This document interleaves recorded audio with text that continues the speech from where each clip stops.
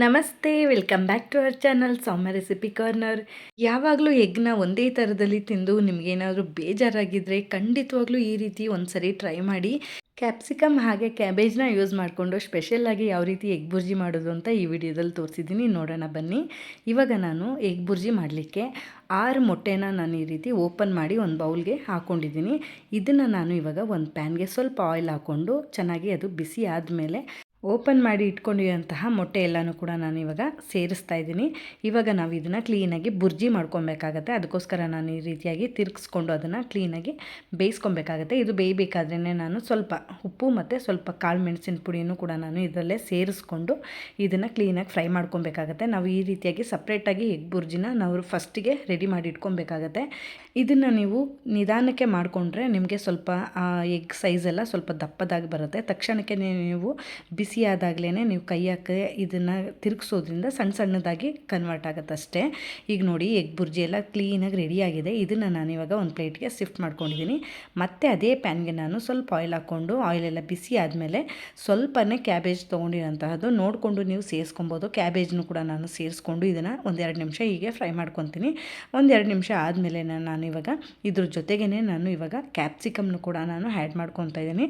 Capsicum ಮತ್ತು cabbage ಎರಡನ್ನೂ ಕೂಡ ನಾವು ಒಂದೇ ಸರಿ ಫ್ರೈ ಮಾಡೋದ್ರಿಂದ ಕ್ಲೀನಾಗಿ ಎರಡನ್ನೂ ಕೂಡ ಒಟ್ಟಿಗೆ ಫ್ರೈ ಆಗುತ್ತೆ. ಅದಕ್ಕೋಸ್ಕರ ಇದು ಸ್ವಲ್ಪ ನಮಗೆ ಕಲರು ಕೂಡ ಚೇಂಜ್ ಆಗುತ್ತೆ. ಅಲ್ಲಿ ತನಕ ನಾವು ಇದನ್ನು ನಿಧಾನವಾಗಿ ಫ್ರೈ ಮಾಡ್ಕೊಬೇಕಾಗತ್ತೆ. ಇದನ್ನ ನಾವು ಸ್ವಲ್ಪ ಕಲರ್ ಚೇಂಜ್ ಆಗೋ ತನಕ ಫ್ರೈ ಮಾಡ್ಕೊಳ್ಳೋಣ. ನೀವು ನಾರ್ಮಲಾಗಿ ಯಾವಾಗಲೂ ಎಗ್ ಬುರ್ಜಿನ ಪ್ಲೇನಾಗಿ ಮಾಡೋ ಬದಲು ಈ ರೀತಿಯಾಗಿ ಒಂದೊಂದು ಸರಿ ಟ್ರೈ ಮಾಡಿ. ತುಂಬಾ ಸ್ಪೆಷಲಾಗಿ ತುಂಬ ಚೆನ್ನಾಗಿ ಬರುತ್ತೆ. ಇದು ಬೇಯಲಿಕ್ಕೆ ಅಂತ ಹೇಳಿ ನಾನು ಸ್ವಲ್ಪ ಸಾಲ್ಟನ್ನು ಕೂಡ ನಾನು ಸೇರಿಸ್ಕೊಂಡು ಕ್ಲೀನಾಗಿ ಇದನ್ನು ಮಿಕ್ಸ್ ಮಾಡ್ಕೊತಾ ಇದ್ದೀನಿ. ಇವಾಗ ನಾನು ಇದು ಮಿಕ್ಸ್ ಎಲ್ಲ ಆಗಿದೆ, ಇಷ್ಟ ಆದ್ರೇ ಸಾಕಾಗುತ್ತೆ. ನೀವು ನೋಡ್ತಾ ಇರ್ಬೋದು ಕ್ಯಾಪ್ಸಿಕಮ್ಮು ಕೂಡ ಸ್ವಲ್ಪ ಬೆಂದಿದೆ. ಈಗ ನಾನು 1 ಟೇಬಲ್ ಸ್ಪೂನ್ ಆಗೋಷ್ಟು ಸೋಯಾ ಸಾಸ್, ಹಾಗೆ 1 ಟೇಬಲ್ ಸ್ಪೂನ್ ಆಗೋಷ್ಟು ಕೆಚಪ್, ಹಾಗೆ 1 ಟೇಬಲ್ ಸ್ಪೂನ್ ಆಗೋಷ್ಟು ಚಿಲ್ಲಿ ಸಾಸ್ನು ಕೂಡ ನಾನು ಬಳಸ್ತಾ ಇರುವಂಥದ್ದು. ಎಲ್ಲನೂ ಕೂಡ ನಾನು 1 ಟೇಬಲ್ ಸ್ಪೂನ್ ಆಗೋಷ್ಟು ಬಳಸ್ತಾ ಇದ್ದೀನಿ. ನೀವೇನಾದ್ರೂ ಎಗ್ನ ಜಾಸ್ತಿ ಕ್ವಾಂಟಿಟಿಲಿ ತೊಗೊಂಡ್ರೆ ನೀವು ಈ ಸಾಸಸ್ನು ಕೂಡ ನೀವು ಸ್ವಲ್ಪ ಪ್ರಮಾಣದಲ್ಲಿ ಜಾಸ್ತಿ ಮಾಡ್ಕೊಬೇಕಾಗತ್ತೆ.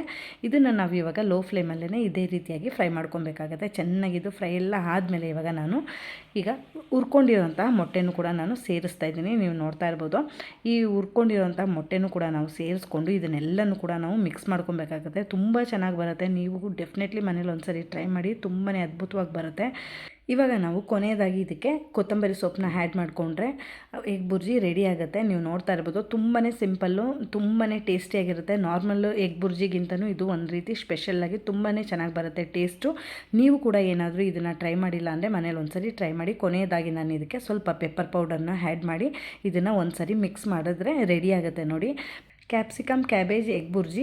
ನೀವು ಕೂಡ ಈ ರೆಸಿಪಿನ ಮನೇಲಿ ಒಂದ್ಸರಿ ಟ್ರೈ ಮಾಡಿ. ಟ್ರೈ ಮಾಡಿದ್ಮೇಲೆ ರೆಸಿಪಿ ಹೇಗೆ ಬಂತು ಅಂತ ನನಗೆ ತಪ್ಪದೆ ಕಮೆಂಟ್ ಮಾಡಿ ತಿಳಿಸಿ, ಓಕೆನಾ?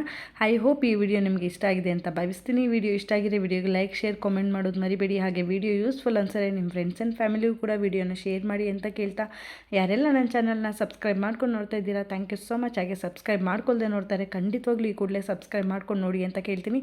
ಹಾಗೆ ನೋಟಿಫಿಕೇಷನ್ ಆನ್ ಮಾಡ್ಕೊಳ್ಳೋದ್ರಿಂದ ನಾನು ಹಾಕೋ ಪ್ರತಿ ವಿಡಿಯೋನೂ ಕೂಡ ನೀವು ಮಿಸ್ ಮಾಡದೆ ನೋಡ್ಬೋದು ಅಂತ ಹೇಳ್ತಾ ಮುಂದಿನ ರೆಸಿಪಿಯೊಂದಿಗೆ ಸಿಗ್ತೀನಿ. ಅಲ್ಲಿವರೆಗೂ ನನ್ನ ಪ್ರೀವಿಯಸ್ ವಿಡಿಯೋನ ಚೆಕ್ಔಟ್ ಮಾಡ್ತಾ ಇರಿ. Thank you so much for watching this video. Stay tune.